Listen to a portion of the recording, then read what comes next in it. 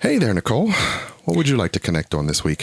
Hey there. I would like to connect on going out on a date to see the Black Widow movie, which was fantastic. Nice. And what did you want to connect on this week? I want to connect on a conversation about my experience being on the news. Oh. Yeah. Ask Dr. Hall is a thing now, apparently. Yay. Not terrified at all. No, not nervous. Yeah. So join us for another episode of the Hallspace Podcast. See you soon. It's about connections.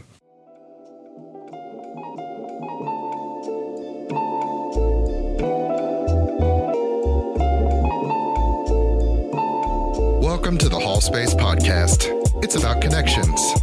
I'm your host, Dr. Ritch Hall, and this is a weekly conversation about whatever and however I see to connect things. For people who want to connect, chat, and learn a thing or two about a thing or two.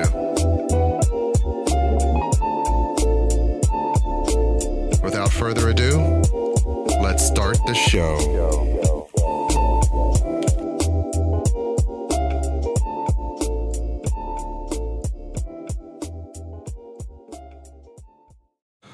Welcome back to the Hallspace Podcast. I'm your host, Ritch Hall, and I'm here with my lovely and capable co-host.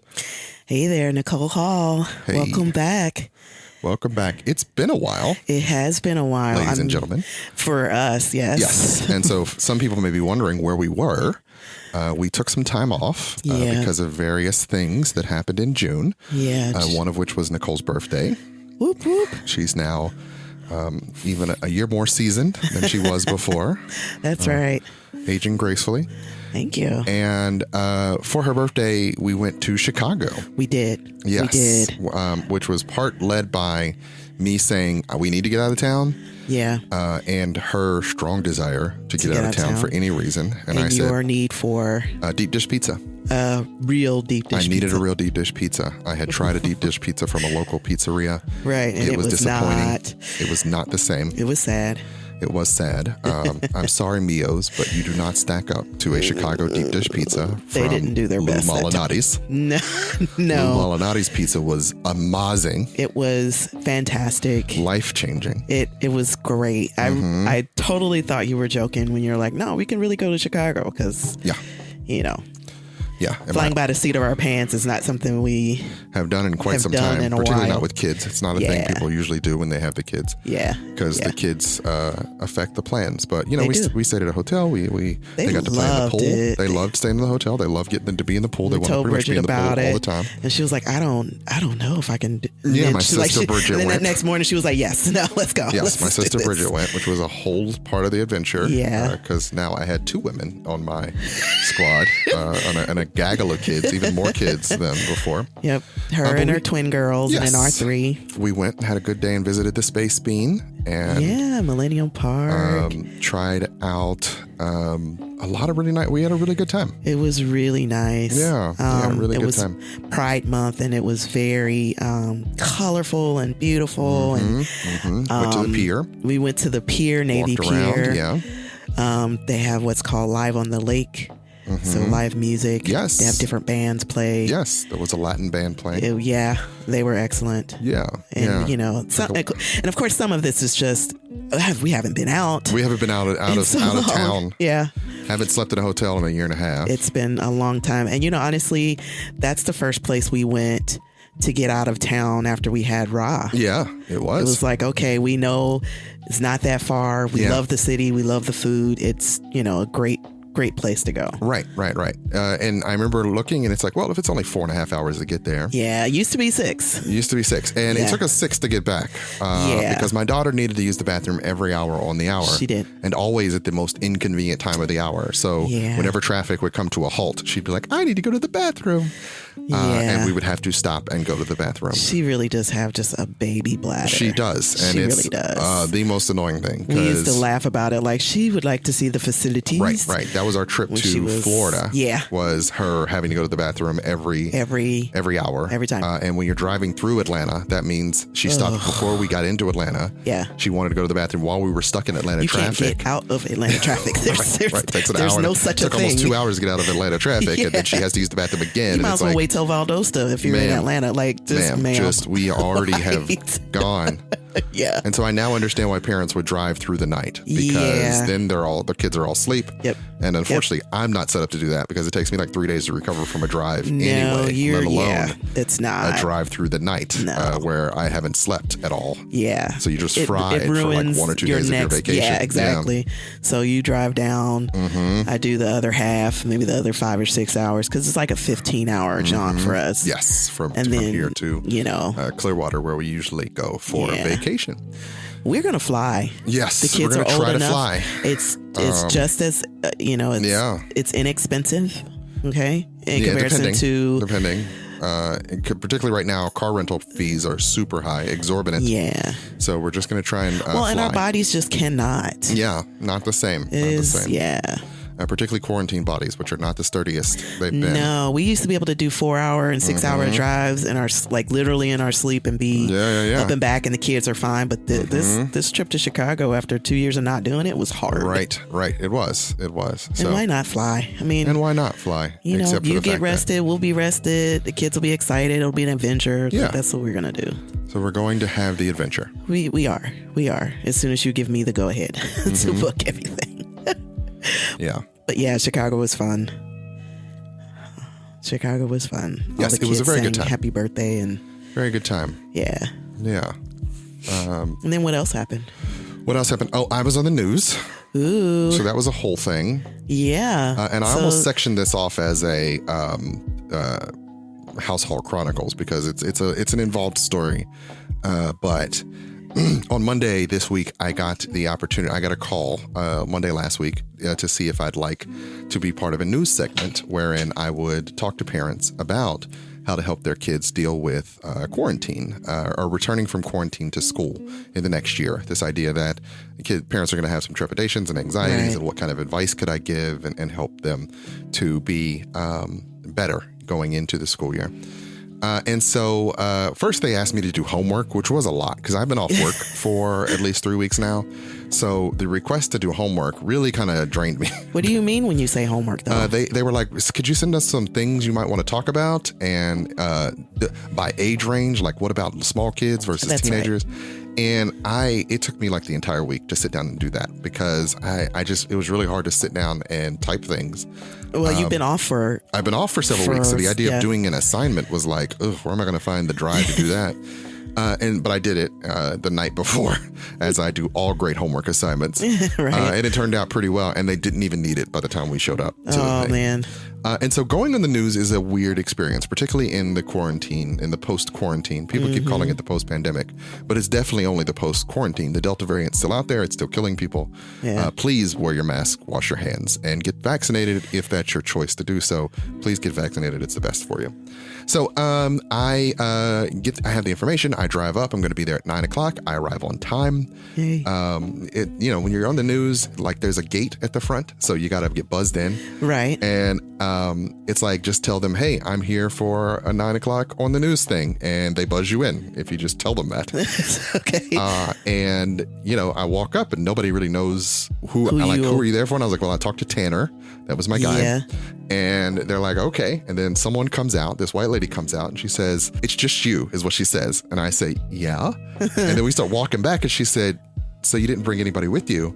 And I said, I don't know. I said, who should I have brought with me? Like, should I have brought people with me? Yeah. And she said, well, people often bring people for comfort. And I'm like, what? I was like, so what you're saying is I could have brought an entourage. And she says, you'd be surprised. I was like, how many people usually are in this entourage? She said, it's a lot of people. During COVID, we don't let everybody in. But right. There are times where you could bring a lot of people with you. And I'm like, so like, help me understand. What's the upper limit of people Like, we're talking 12, 13. She's like, you'd be surprised. And I was like, so my stylist could have a stylist is what you're saying. She thought that was funny. But this is also me working through my nerves because I'm about to walk on TV. So let's just go jokey so you irreverence. Could have had your barber, your best friend, I could have had a lineup man. right before I walked. Just a crispy lineup right before I walk onto stage. Nice. Yes. For your 3-minute blip. I love it. My weed man, if I had one of those. Like all the people that are in your rapper's entourage. Have your personal dabu. Yep. My DJ. I go up and there's a white lady in the room dressed like Black Widow. She's wearing a black dress with the Black Widow belt. And the movie came out yesterday or Friday. So, it just seems like she's obviously one of the producers because she's telling them when things happen. Right. We got 5 minutes before this shot and everything. And they're up there doing the news.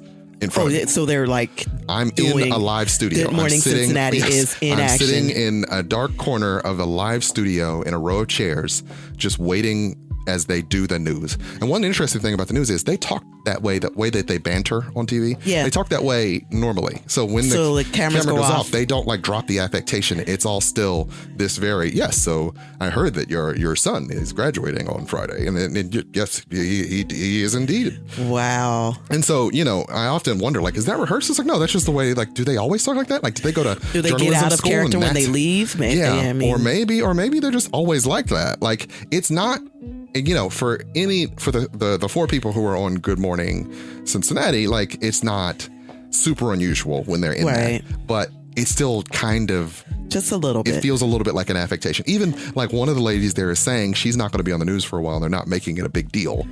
And it seems like the therapist in me, the friend in me would be like, oh, hey, is everything okay? They don't even ask. They just keep it super superficial. This is off the air. Oh, bummer. You know what I mean? Yeah, they're just like, oh, so yeah, you bought a green screen, huh? You'll be working from home? Okay. It's very, and maybe because I have been out of work for a while, like, the people that I connect with now, is like, this has to be like, if something's going on, let me know. Like, I take, I'm just a little bit more connected. I don't have, by virtue of having been home for a month, not been in the office for the better part of a year, I don't have those superficial work relationships where I'm not deeply invested in who you are. Yeah. So it's like if you came to me, Nicole, and said, I can't go into work for the next couple of weeks, that's a serious, like, hey, what's going on? What happened? What do we need to talk about? Right. Or, if my mom did or my sister, my main points of human contact, if they said that to me, it would be a much deeper, like, hey, are you okay? You can call me anytime. They're just like, okay, yeah. So you bought a green screen. Interesting. Right? It's just like, what's happening? Wait, you got a dog? Tell us about your dog. What's your dog's name? It's very superficial. And so Black Widow walks over to me, and the only person that really spoke to me besides Bob Herzog was Black Widow. And she only spoke in directives. This is what you're going to call her. I don't know her name. She never introduced herself to me. I just know Black Widow kept giving me directives. Okay. So that's what made it such a surreal thing. Like, I've been led into the studio, told to sit in the dark. They'll let me know when it's my time to come on. I'm supposed to go on about 9:15, according to what the producer told me. Right. And Black Widow keeps giving me orders. She does not make requests. She gives me their question requests. Yeah. Can you run that through your shirt? Like, she's telling me, like, I could say no, but why am I here? That wouldn't, so she hands me a mic. I run it through my shirt. She's like, you can put this in your pocket or attach it to your belt, put it in my pocket, right? So I'm running my own microphone, making sure that it's clipped, right? Because they probably can't. Yeah, COVID. Shouldn't touch because COVID, but also she doesn't know that I've done this before, right? Most of you might not know, but I have a history in production. When I was a teenager, I worked for a production company called Horizon Productions. No longer exists, but I did that. They did a lot of stuff for P&G, so did a lot of product stuff and behind business. It wasn't anything on television or commercials, but yeah. So I know how to run my own speaker, microphone, and all that, by virtue of doing that stuff when I was a teenager. And so Black Widow's telling me to do that. And then it's almost time for my segment. She pulls out a chair. She tells me to go up. And she says, you're going to sit at the far chair. And I'm like, farthest from you is what you mean, right? Because there are just 2 chairs there. Yeah. What means the far chair? I'm going to assume she means the furthest from me, furthest from her. Right. Walk up, sit in that chair. Bob Herzog walks over, shakes my hand, and is like, so glad you can come in and do this. And it's going to be, I got a lot of ideas, thinking the kids are going to be either raring to go. He's got this he does the fist pump that he does in the actual thing. Some kids are going to be raring to go. And some of them are just going to be like, I can't. And it's like, he's got this whole, like, everything is expressive. Yeah. Even when he's just talking to me off air. Yeah. And I'm like, okay, I agree. And then, he says, okay, so she's going to pitch at the desk and then you and I are going to do a thing. And I'm like, all right, let's get ready to do the thing. And I'm still not afraid yet. Like, okay. I'm still just sort of, okay, we're going to do this. Everything's cool. And then they come into the next thing. A video's playing. And I'm like, I got a few more seconds before this is really happening. And Bob Herzog starts reading the cue that says, this is coming on. And my name's in the teleprompter. It is, yeah. And he says my whole name. So he says Dr. Ritch Hall the second. Because I remembered... I put that in the email I sent to them. It's on my stuff, Dr. Ritch Hall 2. He says Dr. Ritch Hall the second. It's on the teleprompter. And next thing I know, he and I are having a conversation on live television that's broadcasting to homes across the tri-state. Bang, bong. And I'm like, oh, so this is real.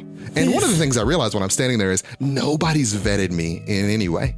You just a dude that showed up in a sport coat. I'm just a dude who showed up and said I was a doctor. You said Bob's name. Yeah. Right. I said I was. Nobody checked my credentials in any way. Like I could have been like one of those. Yeah. You know what I mean? I could have been a full-on crazy person. They did not know. I was like, oh, hey. I could have stabbed Bob Herzog with an ice pick. Like they don't. Like it could have totally gone the Joker situation. Oh my god! Not that I would ever do that, but I just realized like that second that he's talking to me, I realized, wait, nobody ever checked to see I am who I am. Yeah, they didn't ask for your ID. No. Huh, I could have gone full Black Lives Matter here. I want to speak. Bob, I got something to say. The black people in this city have been treated poorly for too long. In a city with the 50-50 split of black and white, why are we always the underclass? We're supposed to be talking about COVID, Why are we limited to OTR? You said you were a doctor. Bob, he said he was a doctor. Get this guy out of here. Built that whole stadium. Knocked all those people houses down. Of the West End. Cut.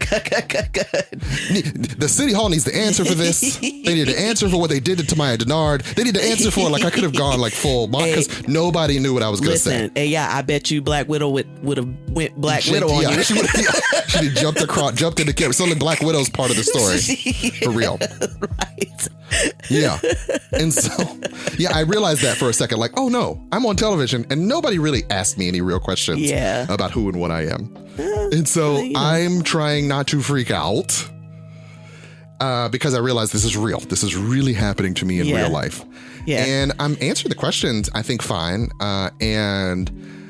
There is a point, though, where my body realizes that I'm doing a thing on television. And this is a thing that doesn't happen to me very often, not even doing this show. I don't think of it. I just think of it as me and you talking in my office. Yeah. But every now and again, when I'm on a larger stage that I'm used to, and this doesn't happen when I'm teaching either. Maybe it happened the first time I taught, but like since then, it's just when it's time to teach, I activate. But like when I'm on a stage that's larger than I'm used to, I get that flood of adrenaline that most normal people get that says, oh my God, are you going to be okay? Yeah.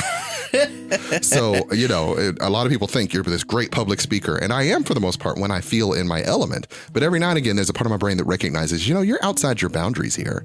And it doesn't mean I can't do it, but it just like, it occurs to me on a physical and emotional level. Like my body's like, let's give him a shot of adrenaline. He needs it. Yeah. And once that flushes through my system, it's like, oh no, I'm high. Like I'm up.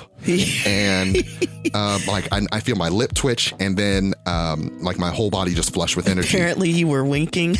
Yeah, apparently my brother said I was winking. And I wasn't. I was just a little too expressive in the face in a way that, was noticeable to someone who knows what my face should look like. He called you Elson, your half wink. Yes, is what he called me. Yeah, so adrenaline coursing through my body, and he starts talking. So that helps me to be able to calm down a bit because now it's not on me and I'm just having a conversation with Bob Herzog and I know how to do a conversation. Right. And I'm just waiting. So when he asks me a question, have something smart to say and try not to say too many things. Right. But he also asks long questions. So it's like, okay, he's saying a lot and I just got to have a quick, how can I get a good sound bite? Right. And mostly I was telling people to be validating and try to use your own understanding of your child to recognize whether or not something's going wrong with them and do you need more help or support and can you just sort of model for them the appropriate way, like how can you handle this anxiety? I think we can handle it together and open up about some of your own fears, like this is also troublesome for me, but I think we're going to be okay. So ultimately this was about, this segment is about preparing kids and parents to go back into the world essentially as far as school goes and how to handle their anxiety, your anxiety, and everything in between Yeah. And the exciting thing about it is you're going to do this every week for a couple weeks? Yes, they want me for at least 4 to 5 weeks. They have not said. Like I said, it's all very slapdash. Yeah. So I don't know for sure when it's over. I have not spoken to my boss about it, so I don't know if I'll have the permission to go into the studio or if I'll be doing it remotely. Well, and you're representing yourself. So. Yes, I'm also representing myself more than I'm representing Miami University. Right. Right. But, very often if you ask me, therapy questions, I will refer to the place where I have the most experience in therapy, and that is Miami University for the last 6 years. Right. And realize that I have been practicing therapy in some regard since 2002. Right. Which means I am now 19 years in the game of mental health. So how many years of that was with children?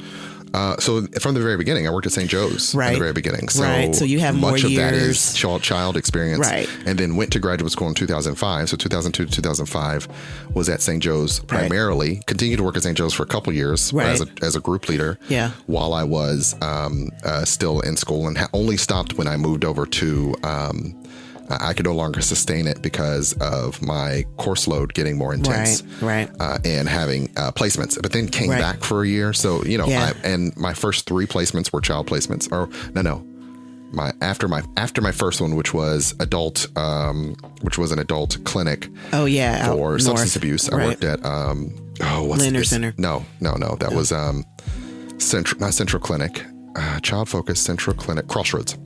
Most of my placements were C places. They started with C. So my first 3 or 4 were C places. So Central Clinic, then, Crossroads, which is adults, women with substance abuse, then Central Clinic, then Child Focus. Okay. And then after that, kind of got out of the C's for a while, and then back to St. Joe's, then Leonard Center, and and so on and so on. So would you say you have more years?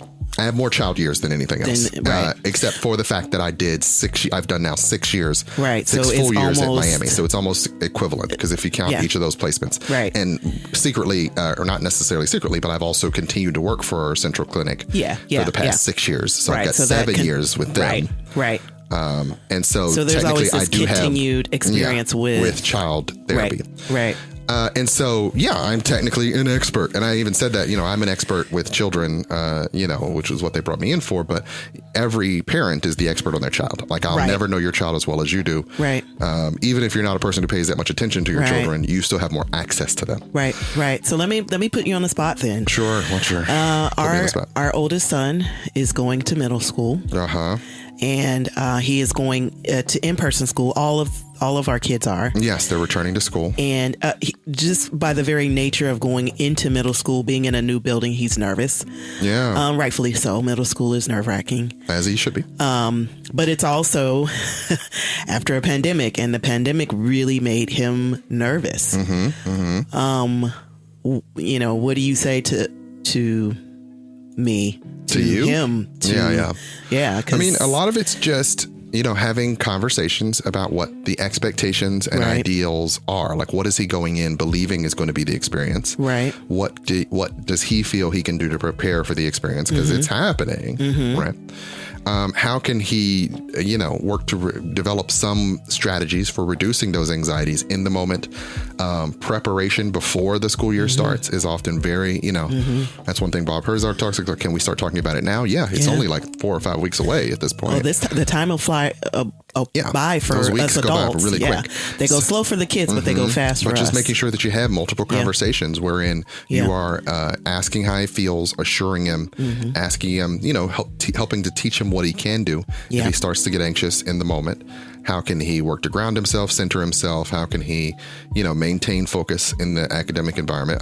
My biggest concerns for him are actually, he does have ADHD. He has not had to sit still in a classroom for a number of months. And so how is he going to reacclimate to a situation where they are asking him to be attentive and sit still? And there'll be so many kids in the same boat. So there are going to be a lot of kids in the same boat. And he does have a point person. And like you said, and I think this is important for any parent who has a kid who's anxious, right? Yeah. One of the things that we've talked about, besides him having this point person that he can trust with any kind of questions he has, is that we plan on also going up to the school a few times to kind of walk through his schedule, because for middle school, they change bells. Yep. And so I think the sitting still part of it may not be as big a deal because maybe they're only spending, they don't, when we talked to the teachers before, they weren't sure if they were going to change bills like they've done in the past. But, that's something that, we always do this. Let's talk to his teachers before they meet him so that they know, know what he's like. And I am also seeing that we have to do that for Victoria's teachers as well. But so, we always like to get ahead of school, the teachers, getting all of that set up beforehand, just because we do know that I'm going to have anxiety about it. They're going to have anxiety about it. We've got to, the more you know, the better you feel about it, basically. So, I can, Victoria, when she went back, she eased in just fine, Yeah. She's our extrovert. She is. So Richie's not really an extrovert. He's the opposite. More of an introvert and prefers his time to himself, whereas she needs human connection and it thrives on it. So and Ron likes it surprised. too. He's like me in that way. Like I like human interaction, just not too much of it. You know? So he's totally fine to some degree. Staying to himself. So do you find that children that are extroverts are having a harder time? Yes, they had a harder time with the quarantine itself. Not being able to go anywhere was very difficult for those types of children because they just couldn't, and it's hard to explain to them why the world is different than it was any other time in their life. And we have not prepared children for in home learning. Like that's just not the toughest thing we had to explain to our kids why we couldn't go out into the world. Definitely. I mean, and anytime something crashes and burns and we have to quarantine like that, it really sends everybody's anxiety up, no matter what. So that's exciting. So we're going to check you out on the news. Yes, I've been on the news. So then it was over. Then it was over. I wasn't actually done with the story. So then it was over and I got to leave, and it was weird because Black Widow comes over and she takes the microphone from me, and I say, so I can let myself out? And she says, she hesitates and then says yes. And then I just kind of walk out and I'm like, so that's it? And then there's a lady standing out there and I say, hey, can you show me how to get out of here? Because I don't quite remember how to navigate through the Black Widow pit. Didn't even tell you how to get out? No, she's in the studio. She's doing her job in the studio. She's got to be ready when they're live again. Right. It's a bullpen area, so it's all low cubicles and people can see over them. And there are way more computers than there are people. There are barely 7 people in the room. TVs everywhere. Yes. Watch showing the news in progress. So it's channel 12, but also 64 is run out of there. Right. And another channel. I can't remember. They combine. They're okay. I don't know that they're all. I don't know how it works. I just know. But it's in the same building. Yeah, in the same building to some degree. And so maybe that's how they jump channels. I don't know. I'm interested. So she lets me out and she says, well, did they say goodbye? And I was like, well, Bob Herzog said goodbye and Black Widow said goodbye. And so I assume that means I can go. And so I'm going to head out. Yeah. The lady says your on-camera presence was great. And I'm like, oh, thank you. Yay. And then I walk out and I stand in the lobby for a second. Then I stand outside for a second. Like if anybody needs me, like if someone thought, how did Ritch get out of here? And then I sat in the car for a second, but then I finally turned my phone on because before I went in, they had told me to turn my phone off. And then I get all these messages from you guys and I get my brother making fun of me and dad giving me advice on what I should have been like on television. You did great with the psychology stuff, but that beard though.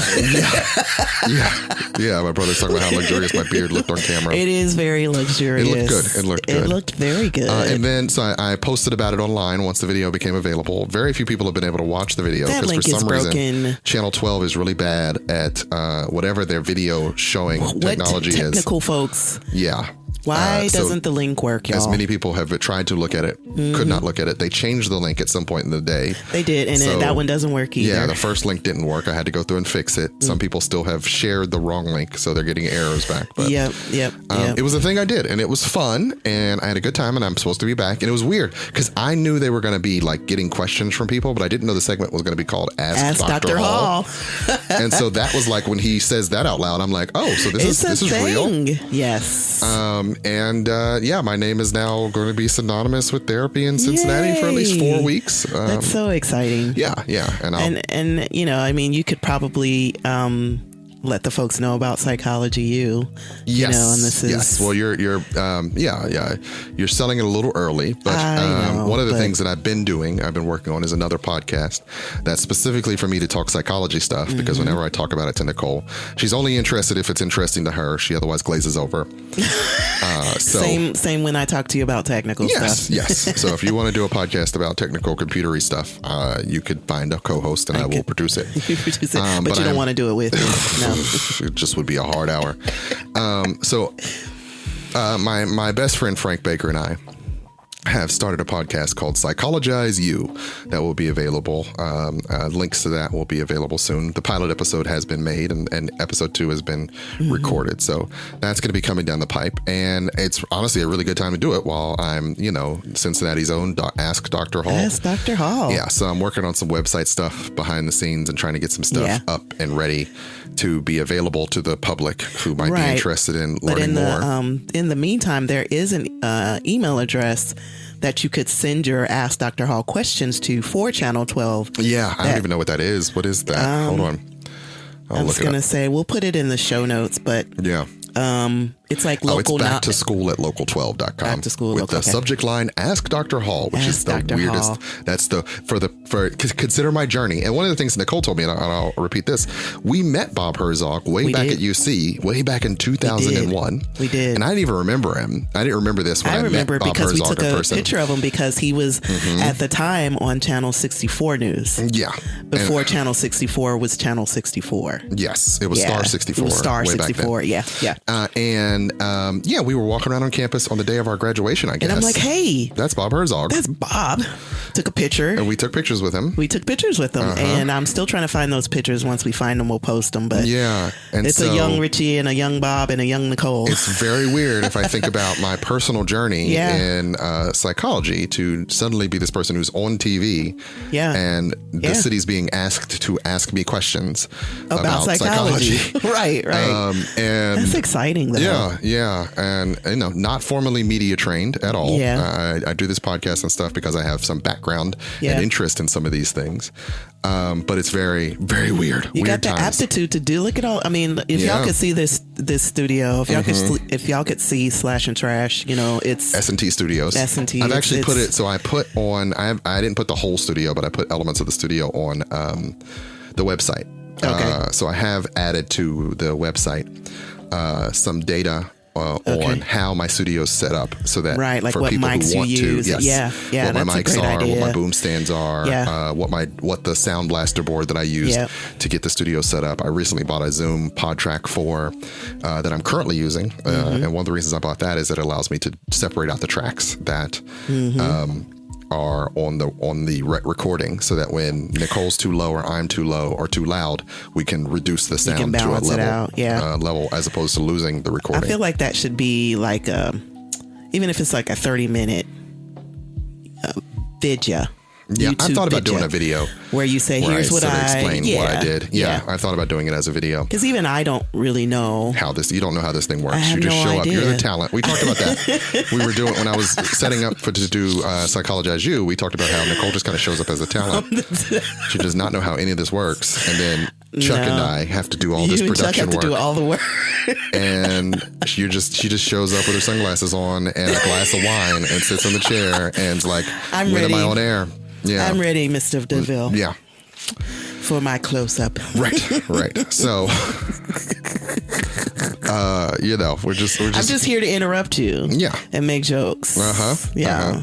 And be pretty, I guess. Be pretty on air talent. Yeah. So there we go. That's what's happened since we did the last show. That's exciting. Chicago. I was on the news. And there are other things happening in the world. Yeah. We're going to come around to those other things in just a moment. But first, we're going to take a break, and we will return in just a few moments with another episode of the Hallspace Podcast. See you soon. Have you ever wondered why humans just aren't who we say we are? Psychologize You is a podcast by licensed psychologist Dr. Ritch Hall and licensed therapist Frank Baker. Join us as we explore why humans human the way we do. Hopefully, you'll learn a little bit about how the mind works, mental health issues, and ways to cope with this thing we call life. weekly, wherever you get your podcasts.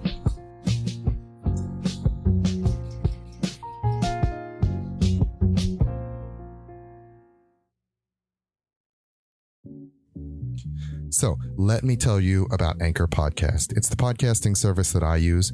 Anchor.fm is the easiest way to make a podcast, and there are many different reasons why, but foremost is it's free. So you don't need to go out and buy a whole bunch of equipment. If you have a phone or a computer and a microphone, you can record and edit your podcast right on your phone or computer. So that's one major benefit, as well as the fact that they'll distribute your podcast to several different podcasting sites for you. Not only can your podcast be found on Anchor, it can also be found on Spotify, Apple Podcast, and Google Podcast as well. So you don't have to worry about going to all those different sites and setting yourself up. They'll do it for you. You can also make some money on your podcast. Say you have a podcast that only 5 people listen to on a regular basis. They don't limit you on how many subscribers you have to have in order to be able to make a little bit of change for your podcast to keep yourself going. So pretty much everything you need to start a podcast can be found at Anchor.fm. So go download the app either in the Google Play Store or the Apple App Store, or go to Anchor.fm to get started. And I guarantee you, it'll make things so much easier for you, like it has for me.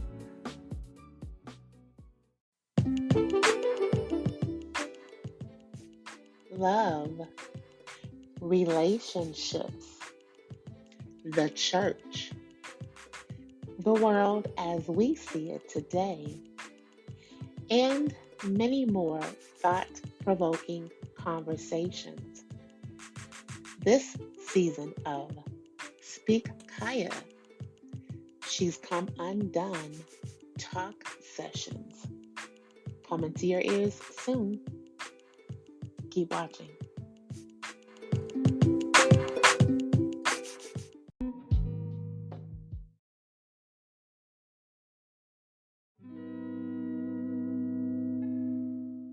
Welcome back to the Hallspace Podcast. I'm your host, Dr. Ritch Hall, and I'm here with my lovely and capable co-host, Nicole Hall. Thanks for joining us. Thanks for sticking with us for this second half hour. We are discussing, we've given updates on where we've been, what's been going on, and the second half we were going to talk about the Black Widow movie, which we saw this weekend. So amongst the other exciting things that we've done, besides, we've gone out into the world, right? We've traveled, we've gone to Chicago. Maskless. Out here breathing air. It's so weird. Listen, raw dogging it. Listen, we're fully vaccinated, right? Yeah. And apparently there are benefits to being fully vaccinated in that you can... there are some places that do not require you to wear a mask if you're fully vaccinated, which is nice. And besides being... We always have our mask anyway. Let's just be clear about that. I feel like Chicago was the only place we were around a lot of people. Yeah, I agree. To the point where it was just unsettling to some degree. Yeah. There were definitely moments where I was like, I'm breathing other people's air. Is this okay? Is this how I die?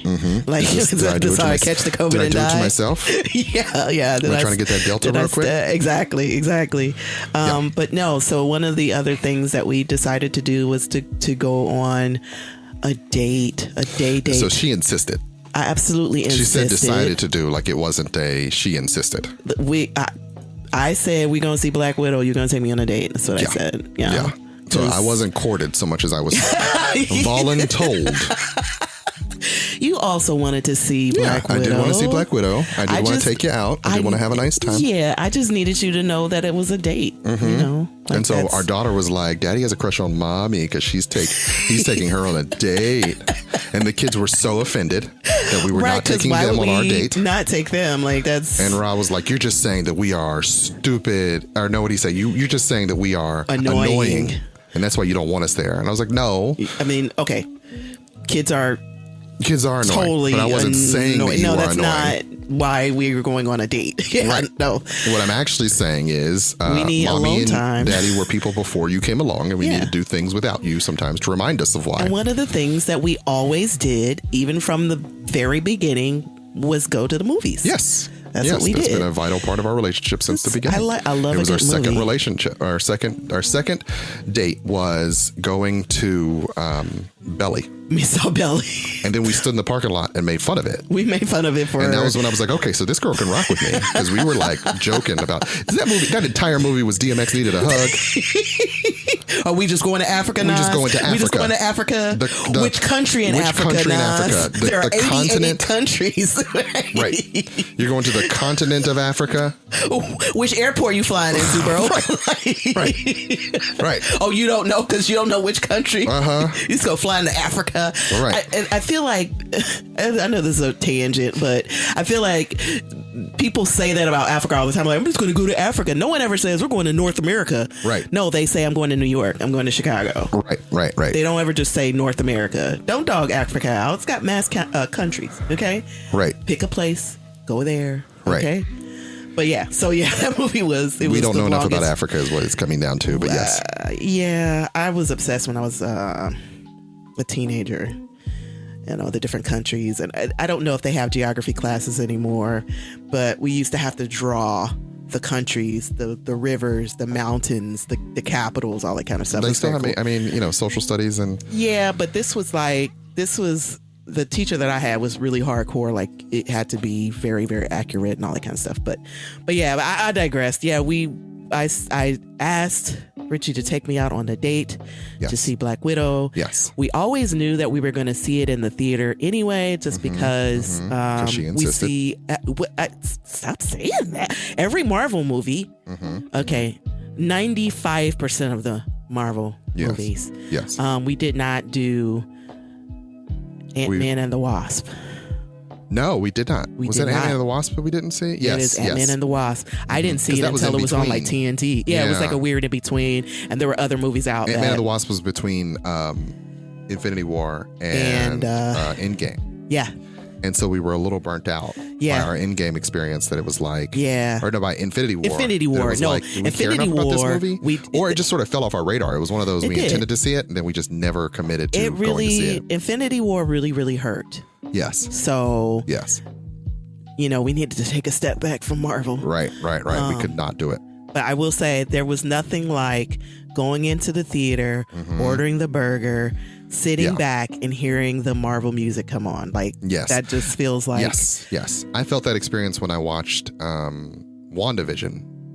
You know, realizing that it had been over a year since I had seen a Marvel production and sitting there seeing this. You hear that music is going and it's just. You know you're in for an experience. You know you're in for something great. Now, I didn't watch WandaVision, but I do remember. Oh, that's right. You still haven't seen WandaVision. I have not seen, but the Falcon and the Winter Soldier, that music coming on and knowing that these two guys, like, it was fantastic. Yeah. Great series, by the way. Yeah. And I'm glad I didn't waste it on WandaVision. I'm sorry. WandaVision actually turned out pretty good. You'd like it. If it takes more than 2 episodes, then you can forget it. I just don't have the capacity. Right. But no, so I enjoyed Black Widow. Yes. I thought it was a very good time in the theater.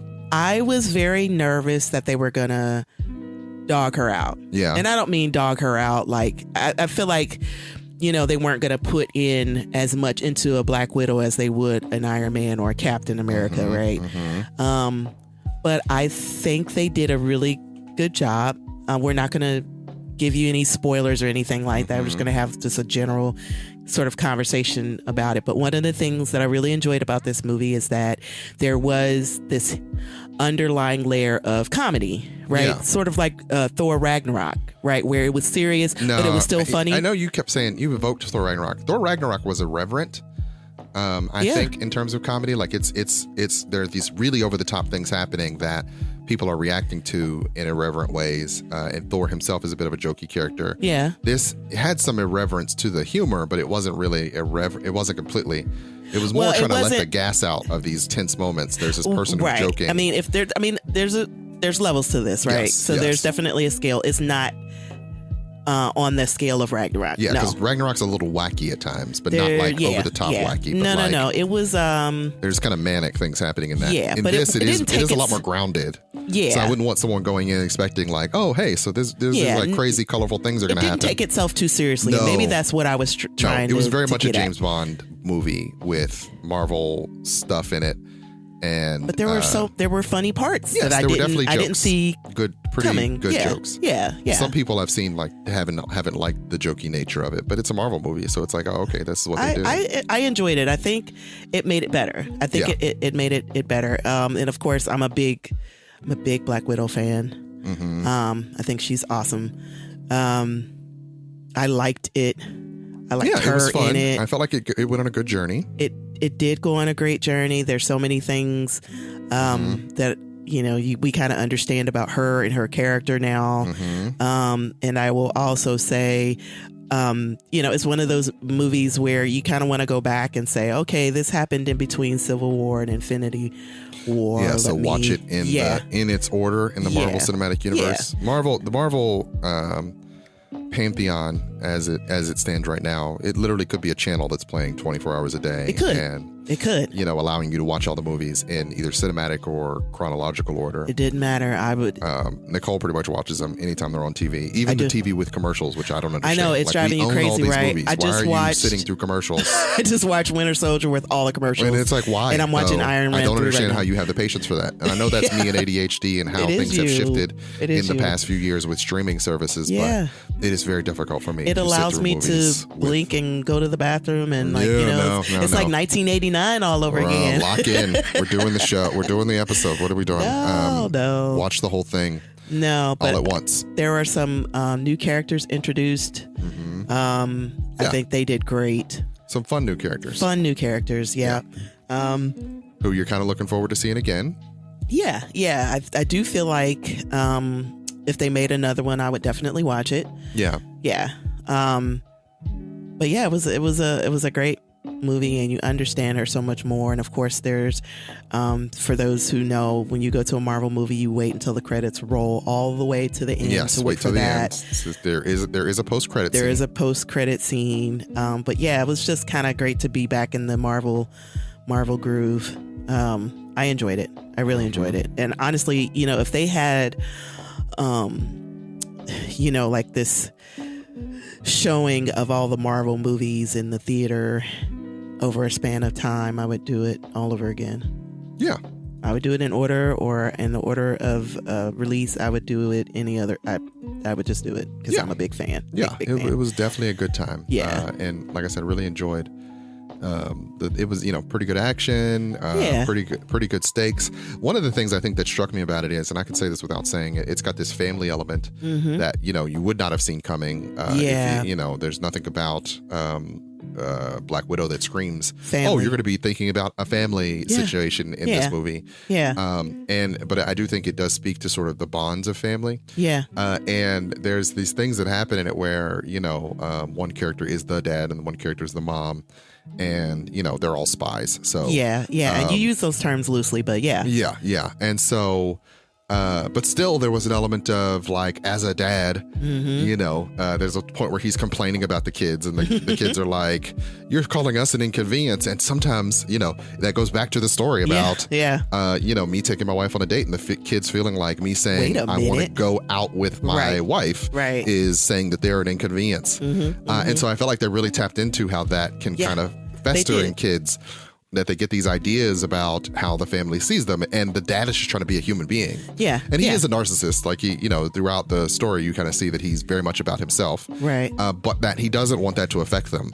He does have an attachment to them, and he doesn't want his failings. He does seem to care about them. So as I'm watching that scene where, he's reconciling with one of the characters for the way he's treated them, the dad in me was evoked. Like, oh man, sometimes I am a jerk just because I'm trying to be me, and I'm not even thinking how this is going to affect their feelings because they're seeing it through the lens of their childhood. A different lens. Like, I'm in charge of your whole childhood. And the way you look at yourself is based on how I look at you. And even if I'm just letting off some steam, you're going to take it I'm trying to hurt you, and I'm not. I'm just trying to be a human being for a minute here. And sometimes that has nothing to do with you.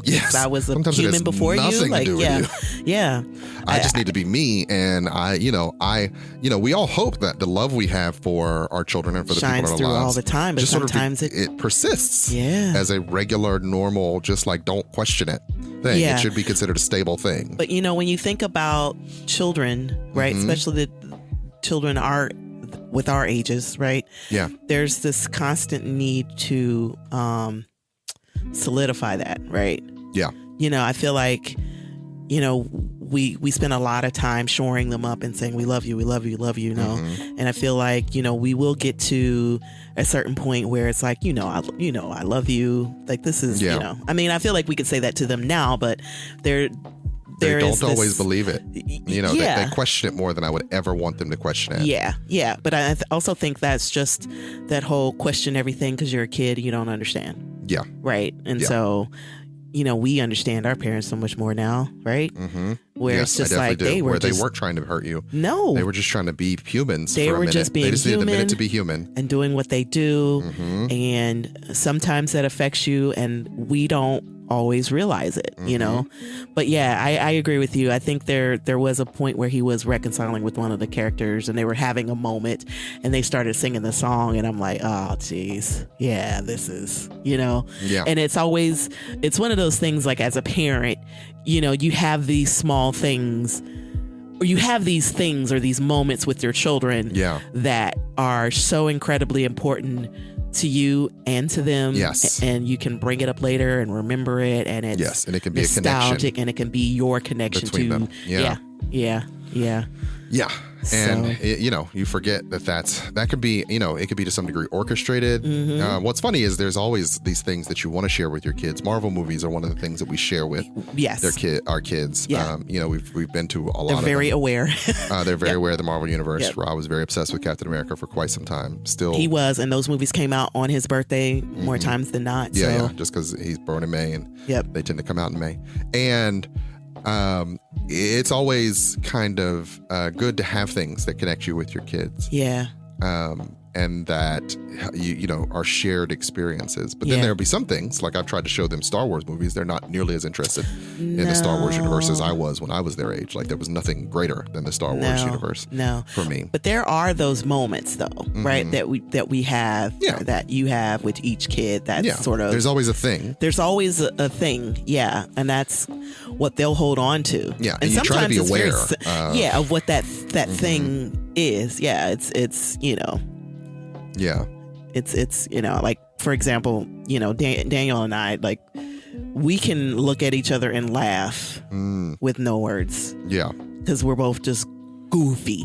Mm-hmm. Yeah, I've noticed that a lot. You guys like it's going around in there. Yeah.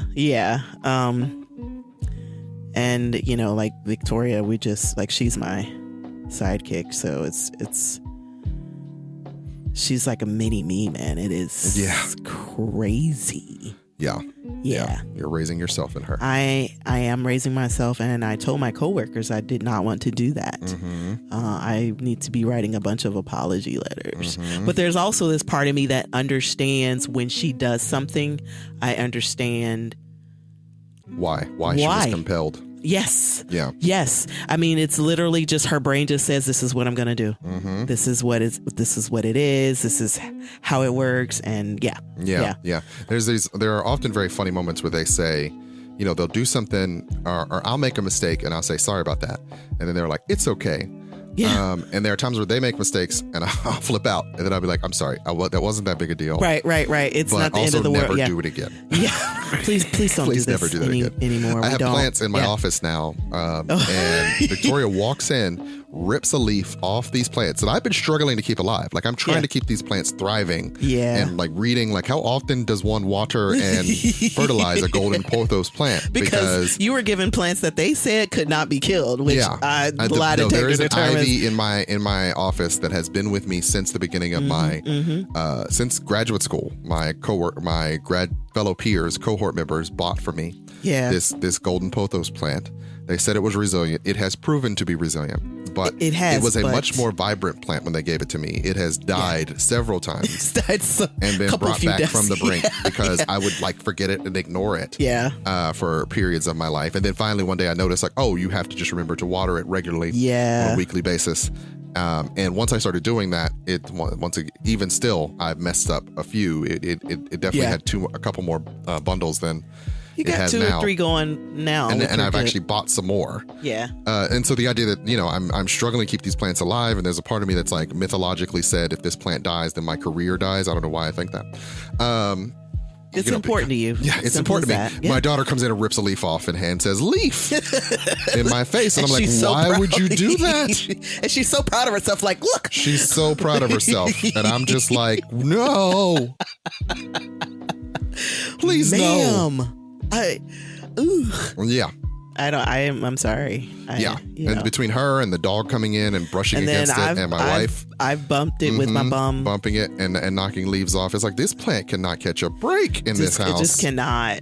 It just cannot. It's really, I mean, and again, we've moved it a couple different places and now it's in your office and they're alive here. Yeah. So, as long as we stay out of here, as your long plants as people stay out of my office, it'll be fine. But it's going to be a struggle, man. They are testing the resiliency of these plants. So, like I said, the kids do things like rip leaves off your plant that you've been dying to keep alive and trying with all of your energy and might to keep surviving. Yeah. And when they do that, it's very, you try not to. You try not to, You try not to like overdo it. You try not to snap in this way that, because they don't. I mean, she might have a little idea of how important it is to you, but not really, because kids are always in their own world, right? And so it's But one of the other things about this movie, there is this family element that's really enjoyable, is that the kids have these memories and they're important to them. Yes. And they're grounding to them. They are in a world of spies, right? Like they have this, random normal experience for a little while, right? Yeah. And that's what they cleave to. Yes. And a lot of times with kids and families, there are so many things that you remember, that you cleave to, that you hold dear, and it doesn't. And necessarily, you never know what that thing will be. Like there's a moment where the mom character says to Scarlett Johansson something that later on she says, really, it's like, this really helped me out through all the experiences I had. You taught me how to survive with just that statement. Yeah. And it's very much once again, when I'm thinking about the burden of parenting, I think about what words am I saying when that could be valuable. There are many times where I go into what my dad used to do, where it's like, nah, I'm teaching you about a thing.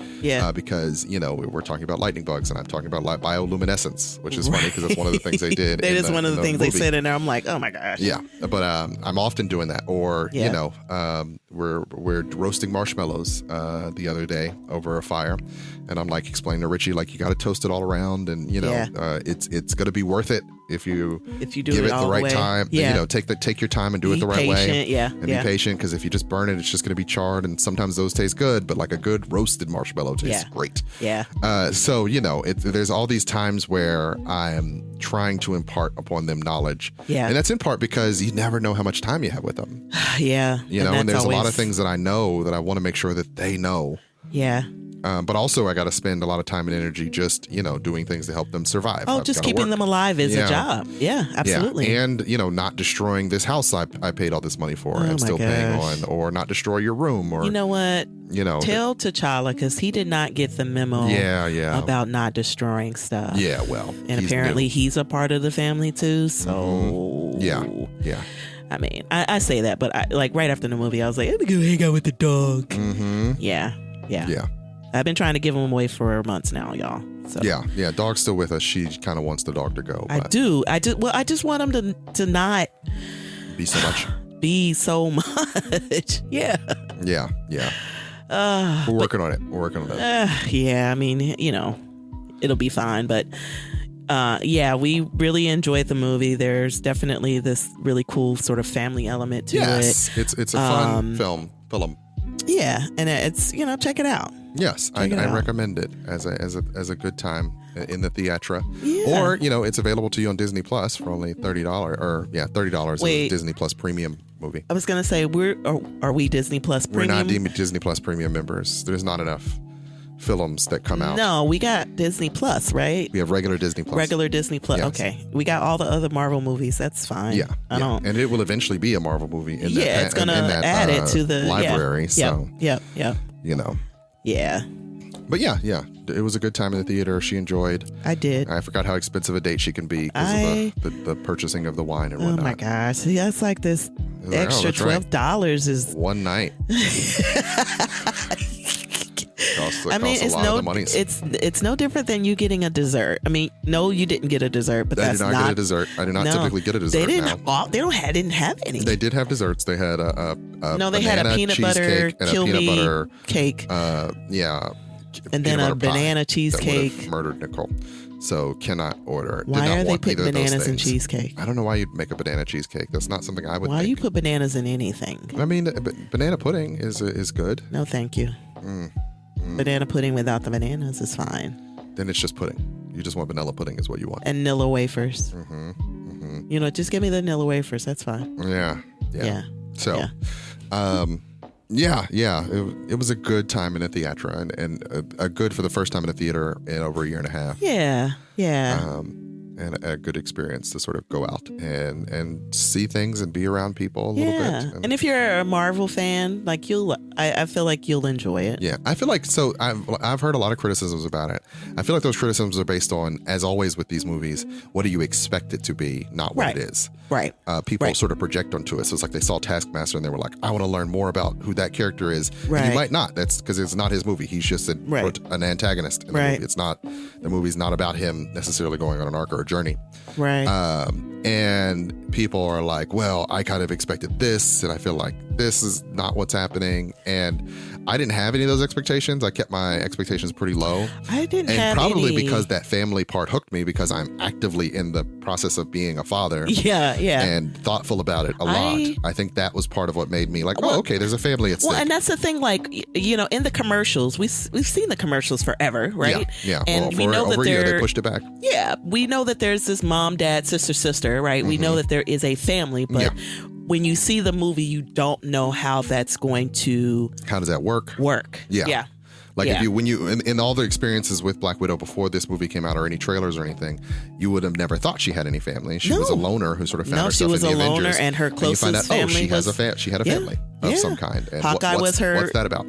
Pseudo Hawkeye and sort of like wife, a brotherly relationship, and that was her family connection. That was her family connection with the girl, with the kids, and and I felt like they made that work. Now there was an issue as far as like narrative drive of what's at stake for that, because Natasha makes it out of this alive. Right. So, that is the thing too, because it's like, okay, she's hanging off of this thing. You know she's not going to die. And somebody joked that she falls a lot in this movie. She does. Which is hilarious considering that her death was a fall.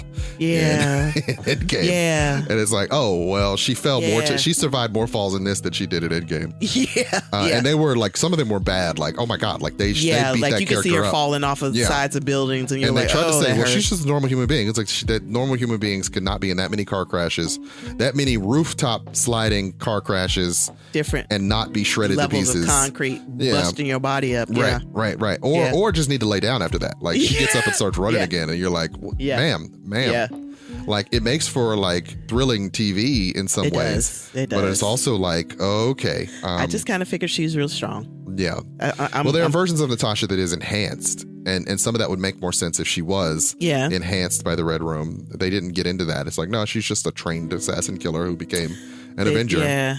Well, because you got to think that they're not. They're a family, but yeah. One thing that I will say wasn't necessarily disappointment, but I kind of thought we were going to get more of a sense of what the Red Room was as a training. I thought so too. And you really got more of that in Ultron. Yeah, you got more of a glimpse of what that could have been in Ultron. And I was expecting to see something similar to what was in Ultron, because even though like how was she sort of turned from just what looked like a normal kid to an assassin. Yeah, like even though and that blip is like what 30 seconds, but kind of an idea. You get a sense of what the Red Room was. Like they rest on your awareness of that if you're familiar that with movie, her, but there isn't much in regards to how she was trained and what they nothing about like early missions of hers. They only pull from what you could have known from the Marvel universe as far as who she used to be before yesterday. Anything to that. I do agree that was something I was expecting to see. I won't take that as like a huge disappointment, but it's just something I kind of expected going into. No, it's definitely something you wanted to see. Yeah. I mean, and maybe you never know with Marvel. They had there may talked be a about reason at some point. A member of the Red Room showed up in Agent Carter, the Agent Carter television show, which is no longer considered canon. And there was some data there in that show about how they became assassins, like how they were trained, which was interesting, which tells you that program had been around for a very long time. I feel like that's the one show where an agent from the Red Room showed up, and he gave you a little bit more backstory about what it is to become an agent of the Red Room. There's definitely a little bit of a black box. There's a mystery around what does that mean to become that. But the fact that like she and her sister are considered the best of the best. And you're like, what does that even mean? But what happened? Because we never actually see them do any actual assassinations. We see them try. No, you see them. It immediately gets into the narrative of the story. But most Marvel movies are leaned like that. So it's like the story you get is the story you get. Don't look for more. It's going to add maybe a piece saving to the it mythology. for something later. Maybe, but maybe not. There was talk at some point that they were going to do a Red Room TV show. I remember, but. I mean, and with Disney Plus and Disney Plus wanting as much Marvel content as will be successful, there's a chance we could down the line get a Red Room TV show or a Natasha show. They could do a Red Room TV show. They could do a Winter Soldier TV show. Yeah. I personally, while I was watching this movie, and this is not a spoiler, we know that at the end of Civil War that Captain America breaks everybody out, and so it's Captain America. Yeah, he breaks everybody. There's who's been captured on the raft. There's Black Widow, and there's Vision and Wanda. Yeah. Wait, was Black Widow in jail at the end of the? She wasn't in jail. Yeah. Captain America walks up and gets Sam out to save Sam. And Ant-Man. Yeah, well, Ant-Man is actually still on house arrest. So I'll assume that he only broke Sam out. He only broke Sam out because Sam's his, Yeah, because maybe he wanted to stay and he can't. For Ant-Man and the Wasp. Yeah, that's right. Maybe because he has a daughter, he didn't leave with Captain America. They never really explained that. You're right. But there's the Pantheon. There's that black box too, right? So, and again, if you've seen the Civil War movie, you know that she's with Captain during the beginning of Infinity War. Yes, she's her and Captain America show up to rescue Vision. And Wanda, who had wandered off a little further than what they should have. Yeah. But I want to see that span of time. Like, you're not what going to see happened? that span of time. They just jump ahead on you. Well, and I feel like that's the same thing with the Red Room and with the Winter Soldiers. Like, they exist, they were trained, but you have no idea. Yeah, I don't think they'll ever, like, when is the time for that to be important? Like, it's important to me now. But like, what's the story there? Give other than you're just interested in what might have happened. Marvel content. And all the people that you're talking about, there's quite a few people in that no longer even have contracts with Marvel, like Captain America. So give them not going to know. New contracts. Nope. Chris Evans done. He's no longer Captain America. That makes me really sad. Yeah, I know it does. It makes me so incredibly sad. I will watch it be Captain America forever. Yeah. I'd really just. Yeah. I mean, I like Sam and Bucky. Mm-hmm. I like that combo. I really enjoyed new Captain America. Yeah, I enjoyed that series. Like the Captain and the Winter Soldier. Yeah. Like I feel like still haven't called him the White Wolf. Some people had some feelings about it being called at the end the Falcon and the Captain America and the Winter Soldier, as opposed to White Wolf. He's evolved into White Wolf. Captain America and the White Wolf, or whatever name he wants to call himself. Thanks to Wakanda. Mm-hmm. Yep. Yeah. So. Yeah. Also, they are starting shooting Black Panther 2. They've apparently been through 5 different script revisions. So it's changing all the time now. Still not recasting Chadwick Boseman. Who's directing? Ryan Coogler still. Ryan Coogler is still okay. But it is now like I feel bad for the guy because he's trying to make a thing work now without his tentpole hero. Yeah. That's why I just think recasting's the way to go, because then you build it around another Black Panther as opposed to trying to build it around Wakanda, which doesn't. I mean, you can build out. Make his sister. No. You don't want to do it. I'm not saying no. I'm not saying like there could be multiple Black Panthers, but T'Challa exists, and T'Challa is larger than Chadwick Boseman. and I will die on this hill. So I know you will. I know you will. Nothing against anybody who makes the decisions, and they're not calling me to make these decisions, but there'll be a new guy in the role, and everybody get used to it. We're moving on. You've done it before. You'll do it again. I mean, and that's true. It's like you said, many times there have been a lot of Supermans, a lot of Batmans. Those movies have been allowed to be, multiple Spider-Man, and I like two different ones for different reasons, right? I get that. I understand that. It still just really hurts. And we can survive that. It hurts because it's real. It hurts. The guy really died. He really, and he was great. He was amazing. He was fantastic. And he had more to do. He did. But now he's gone. Yeah, so I don't know. I need a little bit more morning time before you shove another guy in my face. Okay. Nope. I mean, it's already going to be like 5 years since the last one came out. Like, you want to mourn for the next decade? I don't. Also, the longer you spend mourning, the more this character goes into obscurity. The only way that Black Panther continues to thrive is if they continue to make movies about him. There's a lot of characters who only exist in the imaginations of people that watched a movie about them. I'm a big fan of The Rocketeer, but if I say to my kids, hey, you want to see a Rocketeer movie? They're like, who is that? Who cares? They don't care. They don't. Even though it is one of the most awesome movies ever made. Was it though? Yes, and in many ways a template for Marvel movies. Yes, it's a very awesome movie. And I'll die on that hill too. You're going to die on that hill too? I will die on the hill of The Rocketeer. And they should have made more Rocketeers, but they didn't, unfortunately. Don't know if I agree. They should make another Rocketeer movie. Technically, they made a Rocketeer cartoon that's on like Disney or something. It is dumb. Ew. I hate the idea of it, but it's like a little girl who's like got the rocket pack. It's like, just make another Rocketeer movie. There's already one. Do we need more? Yes. Here's the thing. As much as you watch Marvel movies, you could watch The Rocketeer and enjoy it. I'm telling you right now. We're going to watch The Rocketeer. We'll be back. after Nicole has watched The Rocketeer. After the next episode, or the next few episodes, we will sit down with Nicole, if she can stay awake long enough, to watch The Rocketeer. Okay. And she will eat her words, ladies and gentlemen. Okay. She will folks, remember those words. Remember that she was so adamant. That Rocketeer is like, Yeah. And this is a woman who watches Captain America, the First Avenger, anytime it comes on television or anytime it comes to mind. Absolutely. Joe Johnson, the director of Captain America, the First Avenger, is the director of The Rocketeer. He basically used the template of The Rocketeer. I know nothing about The Rocketeer. That's why it's so bold for me to be dying on this hill. To talk down about it when you know zero about it and are just making fun of it because I love it so passionately. I know what's happening here. I know why do you hate the things I love? You say that every time. Yeah. That's not true. And it's true, ladies and gentlemen. It's not true, It's true, ladies and gentlemen. She hates what I love. I just, I remember seeing like commercials for it and I'm like, no, thank you. No, thank you. That's a great film, and we're going to watch it. All right, we're going to watch it, and then we'll let you guys know if I'm going to eat my words or not. She's definitely going to eat her words. I will eat my words if it's good. I will eat my words. Definitely going to eat her words because it's going to be good. We got to find a time. My awake hours are. Yeah, during her waking hours. She goes to bed at 9 o'clock, so it's going to be hard in the next week or so. My waking hours. No worries. I'll make room. I'll make room. All right, we're going to watch The Rocketeer. She's going to eat her words. Yep. Thank you so much for joining us for another episode of the Hallspace Podcast. We really appreciate it. Sorry for being away for so long. Yeah. It's been a long time. We should have left you without a podcast. Step two. We're back on our grind again. Yep.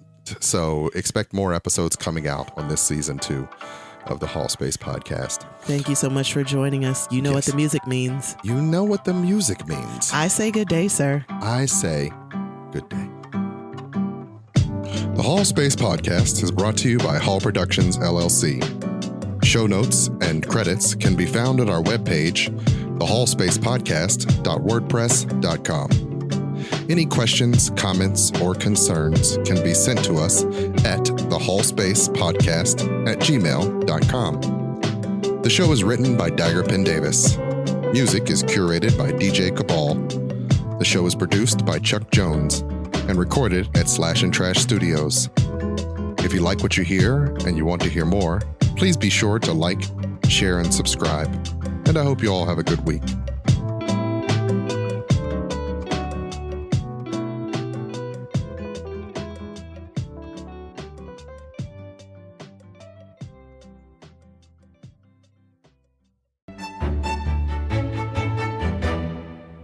House Hall.